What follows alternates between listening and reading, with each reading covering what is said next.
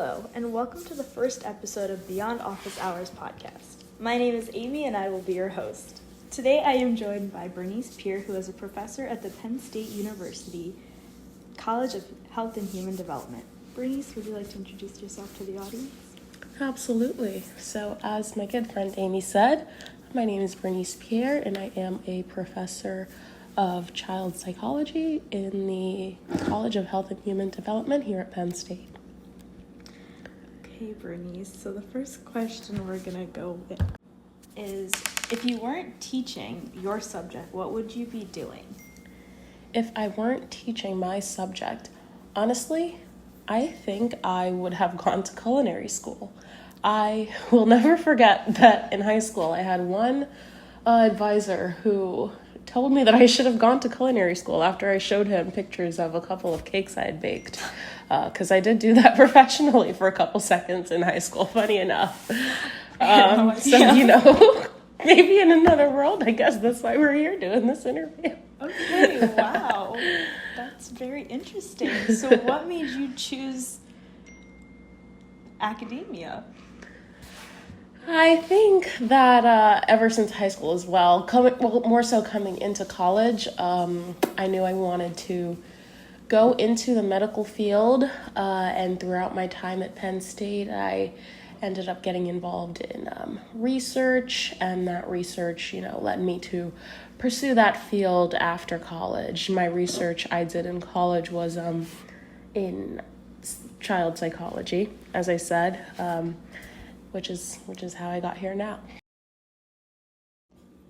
Okay, so from a professor's perspective, what do you think students are struggling with the most right now in college?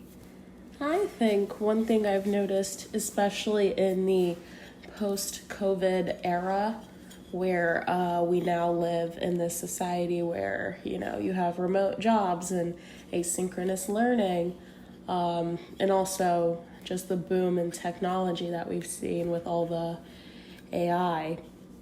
I think, these online platforms, these AI platforms, they're only getting smarter, they're only getting more accessible to students, but it is really hard to make those things sound like a human voice, especially, when certain class material really requires that you would have read through, let's say, a textbook and, understood it. There's just a certain level of depth that you just won't achieve with artificial intelligence, and I think that's one thing that students may be overlooking, maybe because, it's convenient. They think they can get around it, but, we have, we're evolving too. As professors, we have ways of looking into these things, and I just think that good old pen and paper, we need to make our way back. Okay, I completely agree, and I think, as a student, sometimes I'm tempted to use ChatGPT for assignments that are for my gen ed classes, because I don't really need to know the information and I just need it to be done. So I think that's something I think people will struggle with most, is that basic foundation of college and not knowing basic English and writing skills that Absolutely. we're letting ChatGPT and AI take over. Back in my day, we didn't have all that, and I just wish if there was at least one thing that I always tell my students, there was a time when all of this stuff didn't exist. If there's a will, there's a way. So, people got this, exact same degree that you're working for without all of this AI. Just even 5 years ago, the class of 2020, they weren't working with all of this stuff. And of course, they still had the internet, and plagiarism was a thing back then, but let's take it back 20 years then. Take it back to the year 2000, There were, for example, I was a biobehavioral health major. There were every single person that would have graduated in the year 2000 from BBH, they did that without AI. They did that without all this tech that we have now. And I just think that really bringing it back to the basics, sticking to what we know works, although there are things that make it more convenient. And there's a time and place for all of that. I will admit, technology, it's really allowed us to, as professors, to connect with students, maybe not even just in our own classrooms or our own universities, but maybe even all over the world. And just connections like that wouldn't be possible without the use of all this advanced technology. I just think in the classroom, it's not necessary. It makes things easier, makes things more convenient, and maybe that is, sometimes what we need in a 55-minute period. But, at the end of the day, I don't think it's necessary, and I do try to make my assignments, at least in my class. I focus my own curriculum in a way that really engages the students more, and allows them to express themselves more in class. The way I lead my classes, they're more discussion based, and I allow the students to lead the discussions. That way, a bulk of our assignments are done in class, and I'm able to see, their perspectives and hear their thoughts, I should say, without, the voice of AI trying to chime in. Mm-hmm. That's a really good point, to make your assignments that are more in-depth so that a computer cannot generate the answers for that. Right. So going off of that, how do you think AI is affecting your field, like in health? Do you see it making its way into the field, like into hospitals or healthcare? Yeah, and I think even that necessarily isn't a bad thing, especially in research. Technological advances are necessary in order for us to continue doing research, or even start doing it at a quicker pace, at a much deeper breadth.